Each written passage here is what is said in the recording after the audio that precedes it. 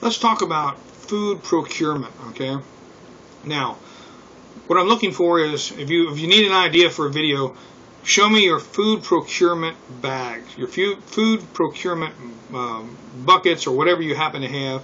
You have the items that you gather food with. And I'm not saying go to the store and gather food. I mean you're hunting, you're fishing, you're trapping, your wild edibles, whatever you've got, your food procurement bag, okay?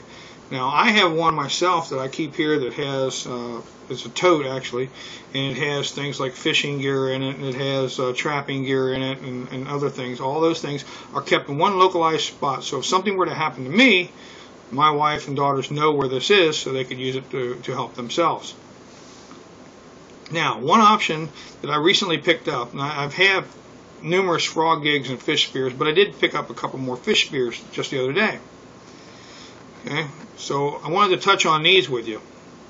First thing I did is I removed the stick that was in the end of this because it was just way too short. It's only about 3 feet long. A very bad option for a spear. Okay, in my opinion, spears should be at least as tall as you are. Okay, and that way, then the point on top of that, so it would be up here. Okay, that way, if I fell, I could not, you know, take one of the vitals or anything like that. That is my opinion. Okay, the fish spear or your spear or whatever else be at least as tall as you are, so if you fall, you cannot stab yourself on it. That being said, I like to carry one of these in my bag when I go out into the wilderness. I like to carry and have these in different bags I have at the house. I have one in a bug out bag, I have one in inch bags, I have one in numerous bags.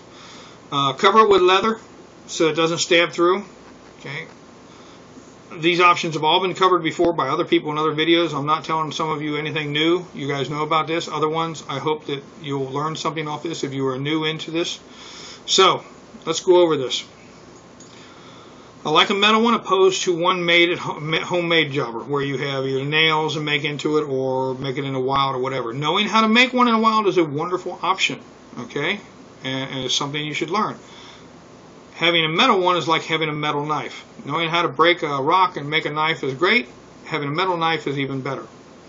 So, reason I like these are because they're metal, okay, withstands a lot. It also has these wonderful barbs, which you guys can see, which means that when it stabs in, it's not coming back out.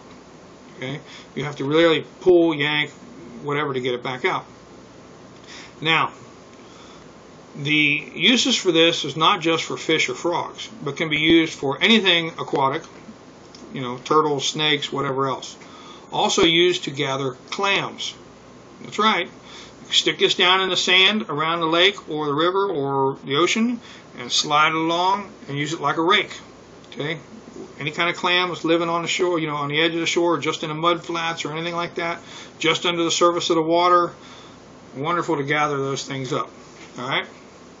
Now, whether you make this on a spring pole or use it as in a trap coming down, whether you put it in a hole in the ground and use it like punji sticks so an animal falls on it is an option. Basically taking any small mammals from mouse size, which you could pin in a corner and pin down with one of these, to the size of a raccoon, okay, would be a wonderful option. Bigger than that, I don't know if I go any bigger than that. Now, ducks, geese, things like that. You guys have all had a Canadian goose walk in front of you and refused to move even though you're honking the horn on your car. So if you got out, went down there someday or some evening where them Canadian geese are, and this is after the you-know-what hits the fan, use one of these, you're eating goose that night. Remember, these are legal certain times of the year in certain areas to fish with, all right? This is not an everyday or a hunting season item.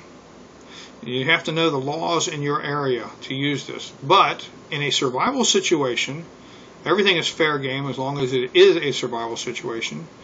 And after the you-know-what hits the fan, it would be pretty much a survival situation. Food procurement. Alright? So I'm not telling anybody to break the laws. I'm giving you options on things that you can use this for. Alright, now, fruits. Right? You can't reach that peach up in a tree or whatever, put it on a stick, stab the peach, pull it down, eat it. It's an option. Using this to rake through the berries on the bush so you don't get a handful of thorns, it's an option. All right? You're only limited by your imagination on what you can use these for. So the other option that I really don't want to get into that is viable, okay, you all know what I mean. I don't even need to say anything. That keeps them two-legged pests away. So having one of these in your bag, or a couple of these in your bag, they're only a couple of ounces, not heavy. I'm going to take it and wrap this one in leather after I clean it up and sharpen it and everything. Keep them in good working shape. Check them every once in a while, making sure they're not rusting out. If they do start to have a little rust on it, like this one does, this one's in pretty rough shape. So it's got some rust, needs to be cleaned up, repainted. The tines are a little bent. As you can see, the person who had this before me bent the tines up. So I'll take a file and clean those up. Now, you know, it is an option. It is something to have out there. Keeping your food procurement bag. Other things you could have in your bag would be baskets for gathering wild edibles, which I just ordered one, and different things like that. Your traps, your snares, your ways to make things, your edible books, things so you know your different wild edibles or plants or fish or whatever else. Your fishing options, anything you use to gather food would be your food procurement bags. I would love to see some videos from some people on food procurement, okay, what their options are, what their ideas are out there.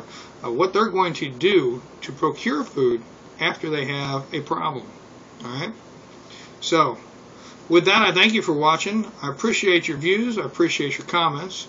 I appreciate everybody that talks to me in the rooms and all the other good stuff, Skype and everywhere else. You all know everybody who all you all are.